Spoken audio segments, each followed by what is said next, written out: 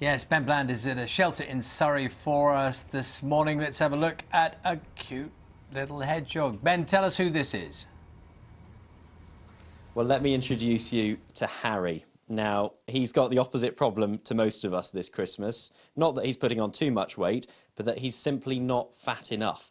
And that's why he's been brought into this wildlife aid sanctuary. He's being looked after during the winter to make sure he survives. He's in the caring hands of Lucy this morning.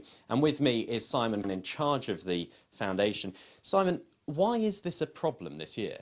Hedgehogs have two broods, one in the spring and they all get through and they eat all summer and they hibernate, that's fine. But the second brood, which comes later on in the year, it's September-ish, the babies have really got to eat an awful lot very quickly to put on enough weight, because if they don't get to 600 grams, they don't have enough body fat, so they'll go into hibernation, but they'll never come out the other side. So people are finding hedgehogs this time of year and still finding them now at this sort of size. He's about 300 grams. He came into us at about half that weight, so he's doing well, but he's got to put on 600 grams to survive. He won't before the winter sets in, so we have to keep these little guys awake all through the winter. We have to keep them at 60 degrees in special cages, and they will eat their way, believe it or not. We have 200 in most years, and they'll eat their way through 15,000 cans of dog food, which is a huge amount of nosh, but it gets them to put on the weight, which is what it's all about.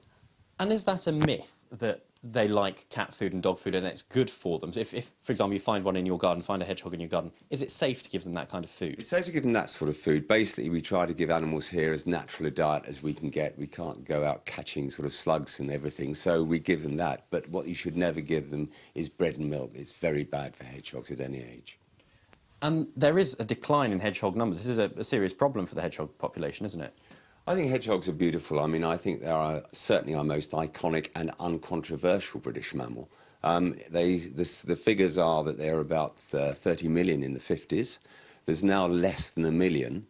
And they're saying that by 2025 we will have urban extinctions, which is pretty tragic for such a great creature. And sadly, it's all due to man, cars, roads, loss of habitat, all the normal things. So we need to protect these guys, and everybody can make a bit of a difference. Everybody tries to protect them and look after them. We can save our hedgehog.